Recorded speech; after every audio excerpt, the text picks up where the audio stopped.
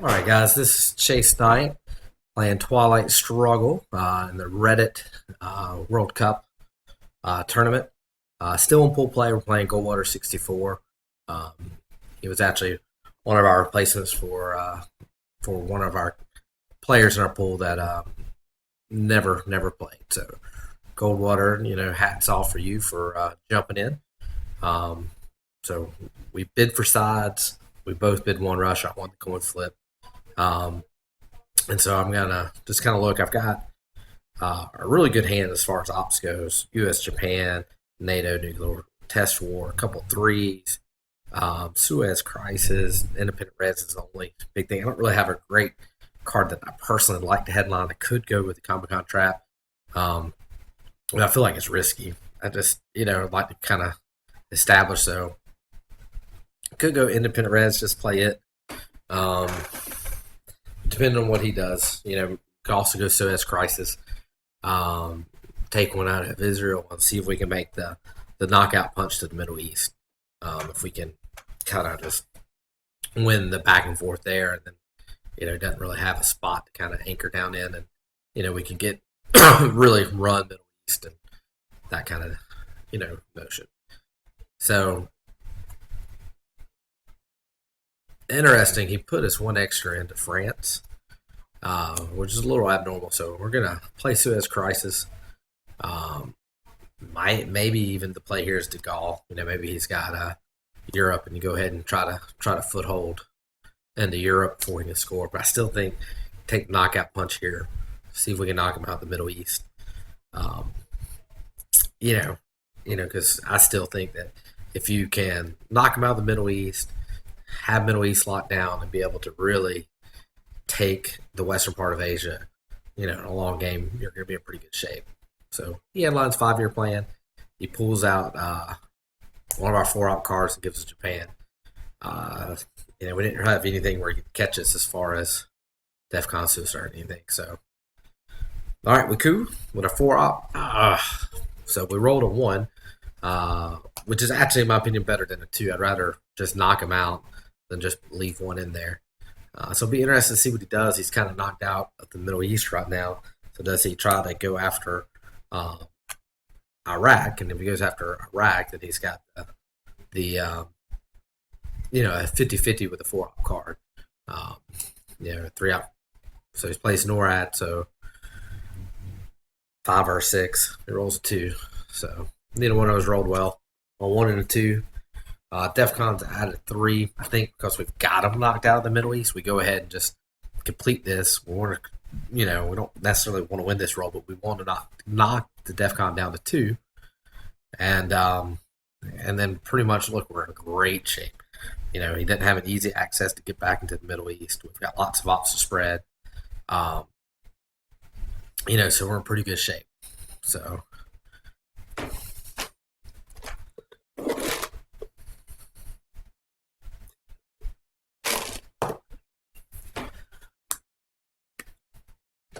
So if I was him, if I had the Middle East scoring card now, I'd play it now for even before I can get ops. In Asia, I might, if I don't have Middle East scoring, then I might go ahead and invest in trying to take South Korea since I have Japan.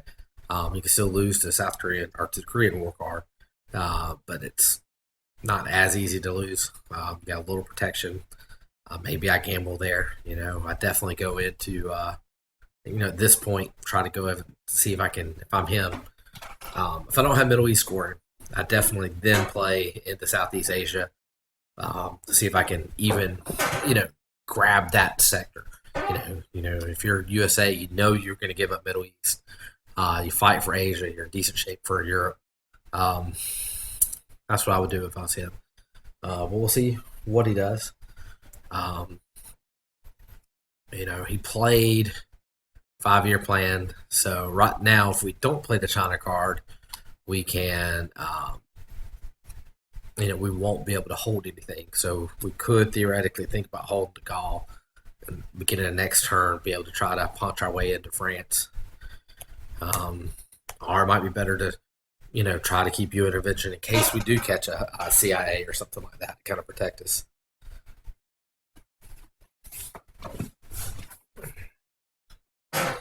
All right, so he plays capture Nazis to be able to get the vent. He gets the 2 quick victory points from. So we're gonna play Comic Con. Go ahead and get Middle East. So now we have it for domination, and he doesn't have presence. Uh, so our next play, depending on what he does, um, we could go into Western Europe. We definitely have locked that down, or Western Asia, I should say. But you do worry about the Indo-Pakistan war card, so we're going to be mindful of that. But we'll gamble. So he plays 2, takes UK back. We're going to go ahead and snipe South Korea. Just that way, if we don't take South Korea, he can go in right now, take Thailand. He takes South Korea, and then we're middle in Asia. So at least we're going to make them fight for Asia. So theoretically, we're going to be able to take Pakistan and India fairly easy. Just being mindful of the Indo-Pakistan war card. He plays D-stall. He doesn't space it. I don't get that at all. He places all 3 ops into France, which is fine. Obviously he's got the Europe scoring card, and that's fine. He can score, but he's going to lose. It's going to jumpstart us in South America. It's going to jumpstart us in Southeast Asia, which is kind of one of the areas we kind of thought we were the weakest. Plus we can place this and go in Asia still. We can go into Africa, kind of reinforce South America. I'm kind of leaning toward Africa, just to have a little kind of anchor, so to speak, in the region. So since he gave us Thailand, we're going to explode, so to speak, the Southeast Asia. So, so now, the scorecard's out. We're going to score the region. We'll make it harder for him to advance up. We're in great shape, for the Southeast Asia card that might come in later, which always, can swing a game sometimes.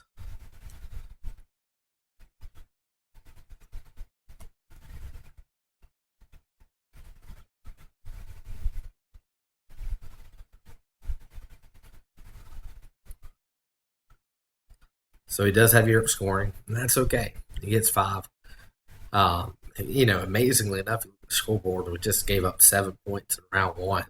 But then you look at the board, and we're in great shape. Great shape. Because he went ahead and scored Europe, we're going to go ahead and try to move our presence a little bit. We go ahead and take another little battleground in the Middle East. We get another little Southeast Asia country, to make it harder for him to get the country count, kind of counter our play. We're still in a position where we're not that worried about West Asia because we hadn't seen the war card, so we want to be careful how we throw influence into that region.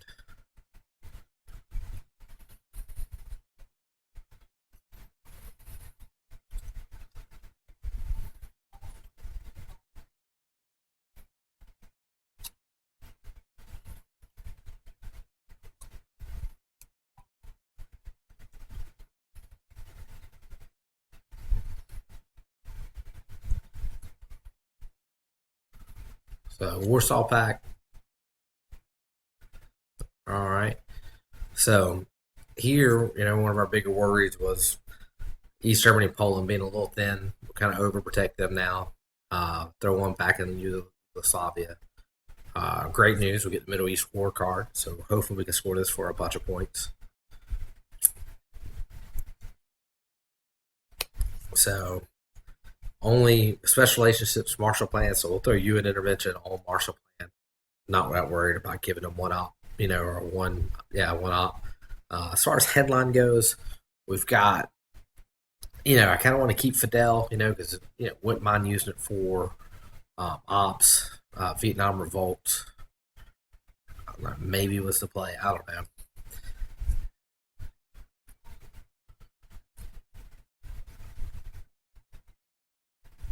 So he plays containment. He does have Asia. So the question here is what to do with the one op. Um, in my mind, I can go into Japan, force them to waste a move, or kind of throw one up, kind of keep us, help us kind of with some of the other plays. So maybe what we do is go Afghanistan, and if he doesn't score right away, we can place the ops into there and to Pakistan and make that really tough to flip. So,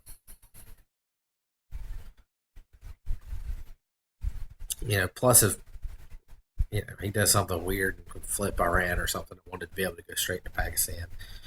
But what we're really trying to do is be pretty mindful of. All right, so we're cooing. We roll 3. Trying to go ahead and lock Def Count down to 2. We don't want to give them the any military ops if we can.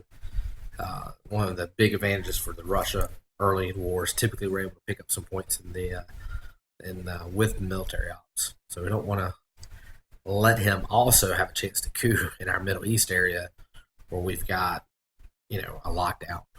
So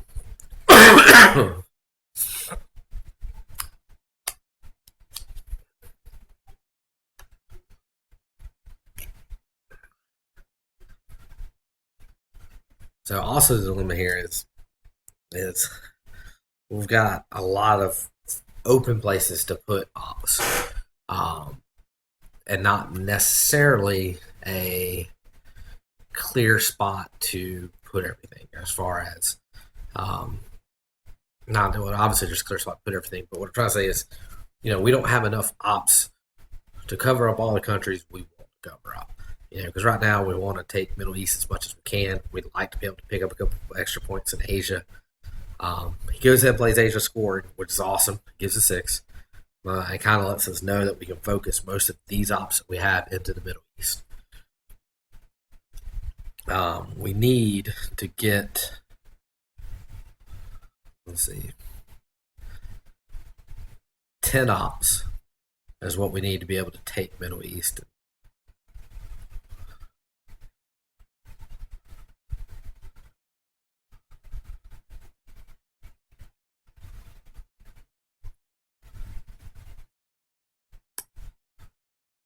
It's going to be close. What we really hope is that he kind of gives up on region, plays Nasser, to go ahead and let us be able to score this.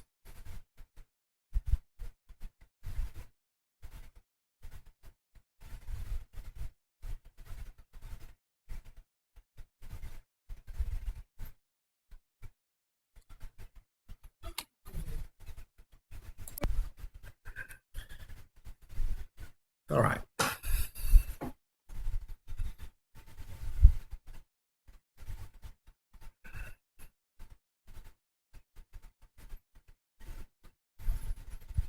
So he plays Korean War, so hopefully we'll get 2 points here if we win the roll. Maybe. Roll 4.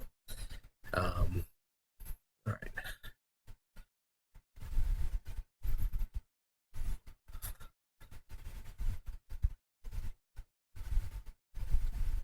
We need an 11.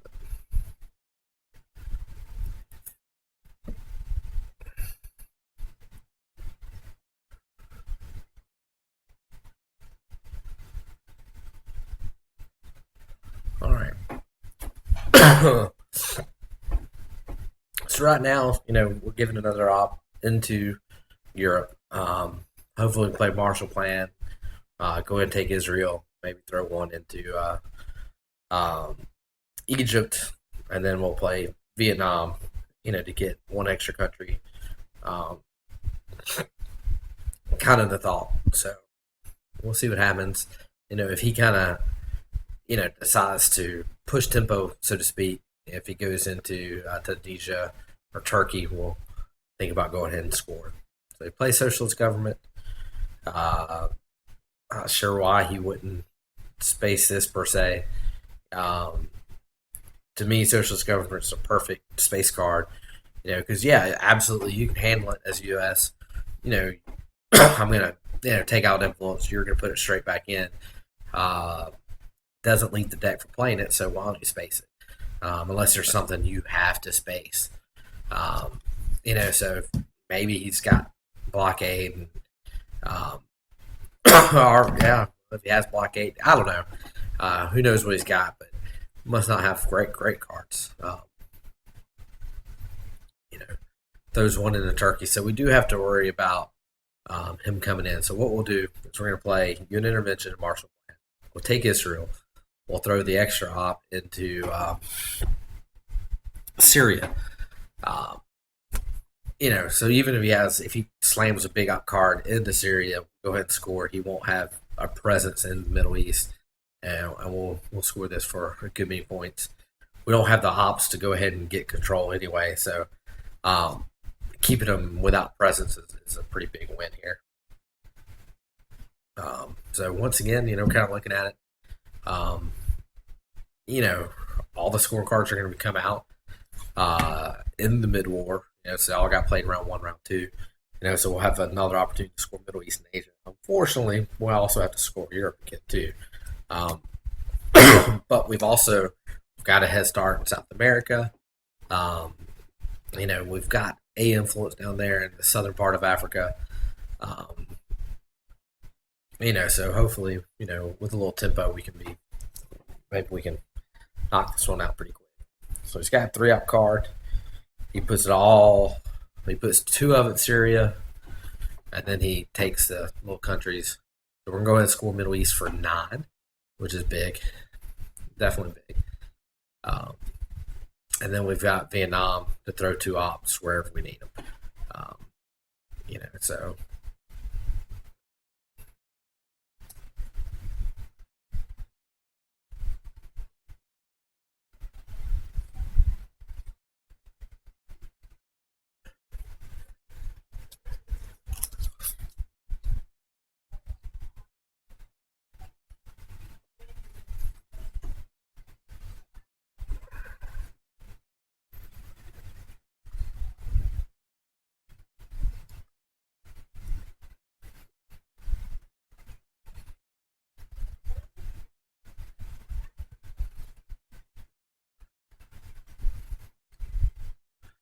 you know, we kept on kind of hoping that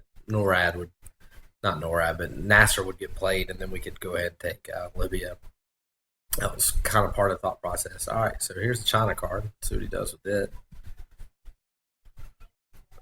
All right. So he throws 2 of the ops into Israel. He puts 2 in Taiwan.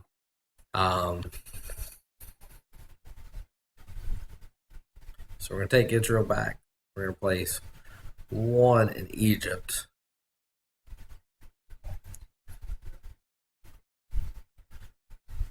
Even better. We're going to put 1 in Israel. We're going to put 1 in Brazil. That way, he can't just realign us. He'd have to win 2 realignments to get us out of South America. So we're trying to protect South America a little bit. You know, we might give up, you know, part of Middle East, but we're still in such great shape there. So he was playing Indo-Pakistan. So he's playing for the event.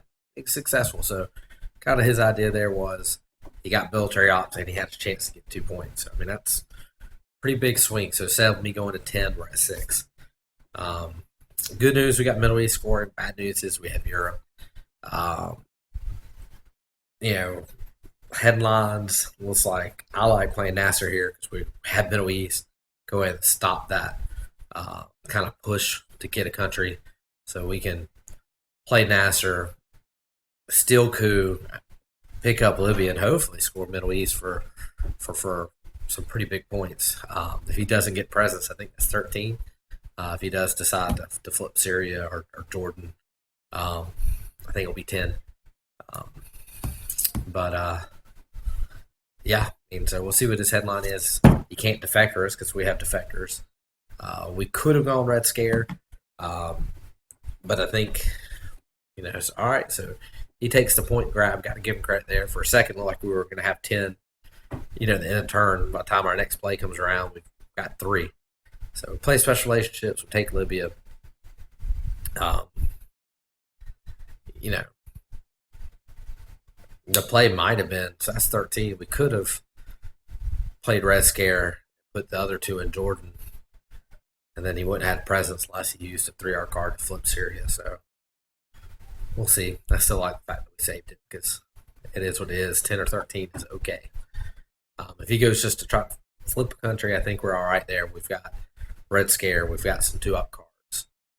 We've got the China. You almost hope that maybe he'll throw a 5-year plan to take out Europe, but we're not going to be that lucky. So UN interventionist decal, and he puts 2 in Jordan. So instead of 13, we're going to score it for 10. We're going to go and score it. I mean, that's huge. So if he wouldn't have, I mean, shoot, if he doesn't win Indo-Pakistan war card and play duck and cover, I mean, we probably would have won right there. So he did a good job of picking up some extra victory points, kind of stay in the game for a little bit longer. So after this round, we still have to score Europe. I don't really see a clear path of really trying to flip anything. We're definitely so far behind on country count. There's no use really even really rolling with it. So he moves DEFCON back up to 4. That's an abnormal play. He had 4 ops. You know, he can really do some damage. He can really press some action. You know, maybe solidify your hold in South Africa. You know, try to flip a country. So we're going to take our 2-up card. We're going to see if we can move the DEFCON down. And we rolled a 6 to boot. So we're going to give him a victory point. But we've got Algeria. So we'll see what he does here.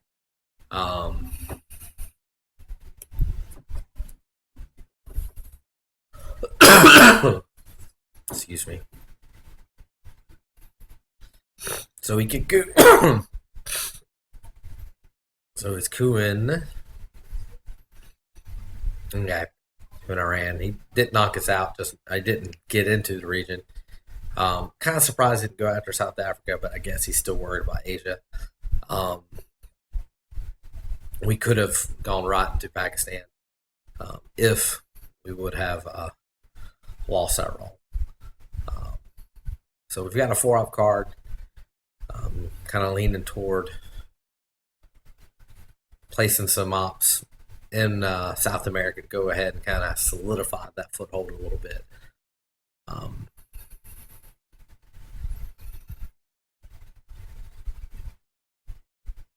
6.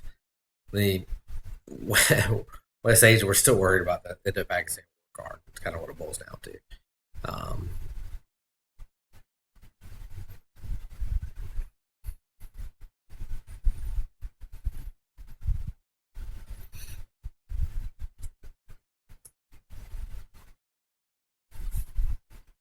You know, he held it out for a long time.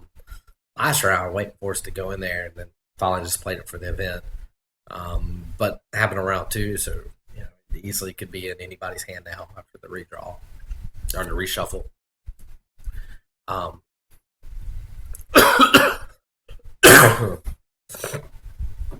So he's play CIA, puts the 1 up.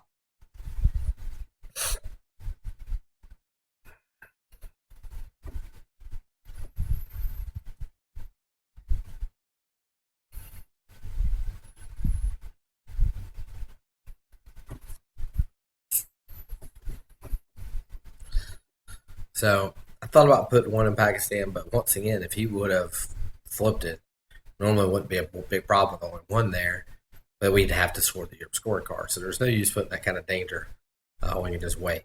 So probably should have played the Europe scoring card earlier in this round, mid-round. That way, if he tries to do a typical kind of, you know, late action shenanigans here, we wouldn't be caught not being able to respond. So, because we have to play the Europe scoring card. So probably a misplay not already scoring that card.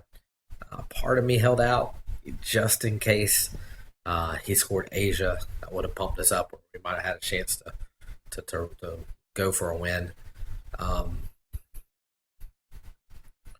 So it is what it is. Go ahead and place Europe. He's going to get 5. So it's back down to manageable 7.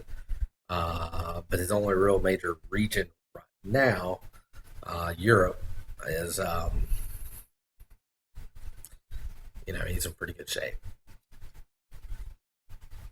No, we're not really good shape. But we've got Asia, head start South America. We're kind of even in Africa. We've got Fidel, so we can get into Cuba. Hopefully we'll get liberation theology. What we'll probably do with our first coup is, Angola's kind of right down there, so is Mexico. So he plays blockade. Wow. He blockaded himself. Uh, okay. So we could go after West Germany and flip Europe, but we just scored it, so it's not as big of a deal. And we got 2 scoring cards. So we need to spend some ops in South America if we can. I would prefer grain cells. Of course. So he pulls ABM treaty. So he's going to be able to kind of be in good shape. The only good news here is usually grain cells. We don't get the coup. But with this particular play, we should still be able to coup. Or not. I mean, he could actually not play the event, just play it for ops, and then he'd get a 4-op coup and it would drop down to 2. Um,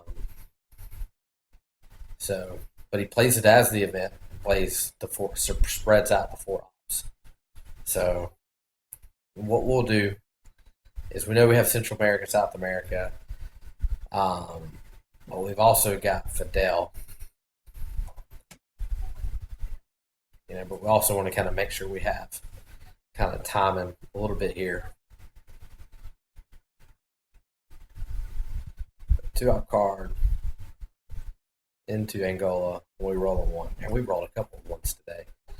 So in the grand, we did roll 1-6. Everything else has been 1s on our rolls. Which now he gets to coup, which kind of sucked. I was kind of hoping to kind of make a target Angola, make him coup there, and then we could take South America, score, throw Fidel, score that for 1 point. So he rolls a 3, knocks us out of Algeria. And all right, what we're gonna do? We got 3 ops. We needed 3 to be able to, take South America. I think that should score for 10. That pops us at 17. Then if we could score Central America for 1, that's 18. And then we have a chance with the Indo-Pakistan war card. We could do the same thing where we, go into an empty deal and possibly roll, for a 50-50 for a win, depending on what else may or may not score. So we're not going to do the Indo-Pakistan war card, I don't think, unless we have to. So salt negotiation kind of spreads into Africa. Hopefully he doesn't Africa. We're going to score this for 10.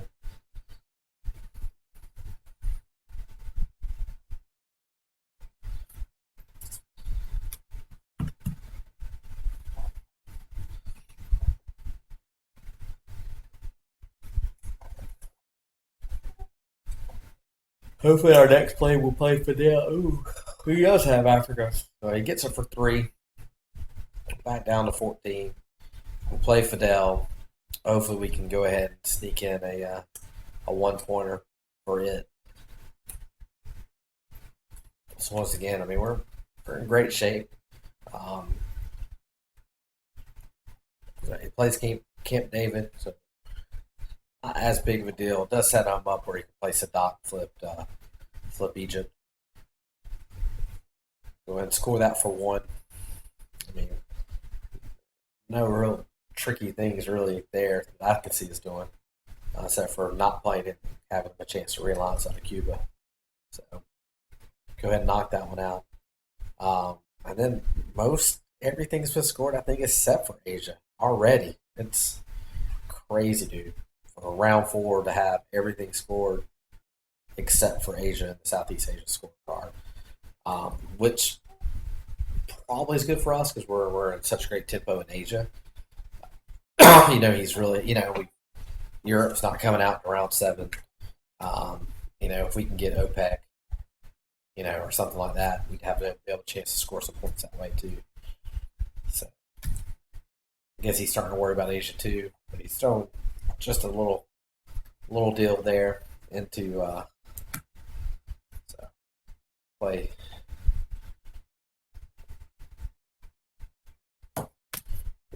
Split that into Burma, so that way we can play the whole China card into Pakistan and India.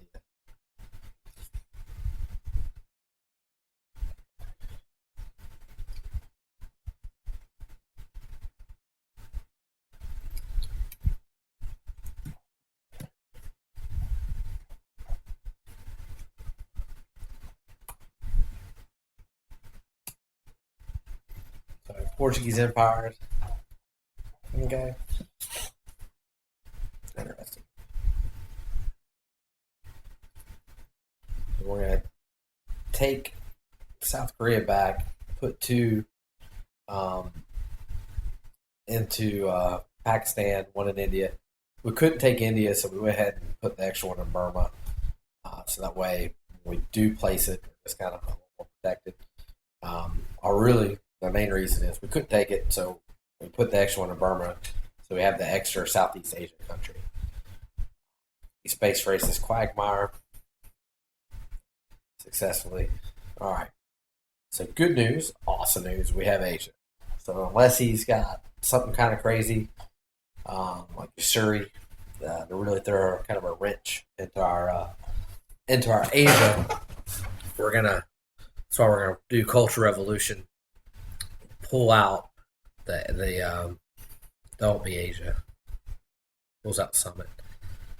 All right, discard Summit. We pull Culture Revolution out just to get China card unless it's something crazy. We're gonna go ahead and score Asia for the win. So get it for 7. We get the win. Thank you Goldwater for the game. Just one of those games where Russia kind of just blitzed. It's not a whole lot you can do, especially the way Middle East went. This particular hand, nothing that we couldn't have dealt with. Ask not John Paul, Nixon. We might have played the China card situation different if we would have planned a little longer. Long gunman. but we went pretty quick. Turn 5. Kind of recap of the game. Middle East scored for a lot of points. Asia scored for a lot of points. We scored South America for 10. So we had some huge scores. Really hats off to Goldwater to be able to, his limited places where he had a foothold, he was really able to score a lot of points. He scored Europe for a total of 10, and then he, nickel to dime, and, he got 3 from duck and cover, and he picked up 2 from the Indo-Pakistan war card. He picked 1 from, the other little deal. So hats off. Taking a screenshot real quick. We're going to just post that on Reddit. But anyway, guys, once again, great game. Enjoyed it, and we'll see you next time.